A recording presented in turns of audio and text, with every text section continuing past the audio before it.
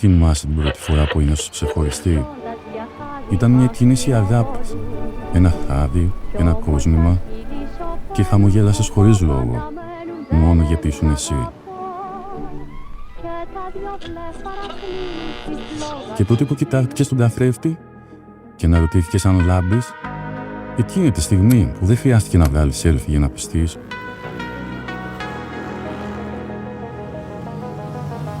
μεγαλώνοντας έμαθες πως η αξία σου δεν μετριέται σε likes, αλλά σε στιγμές που σε κάνουν να νιώθεις ζωντανή.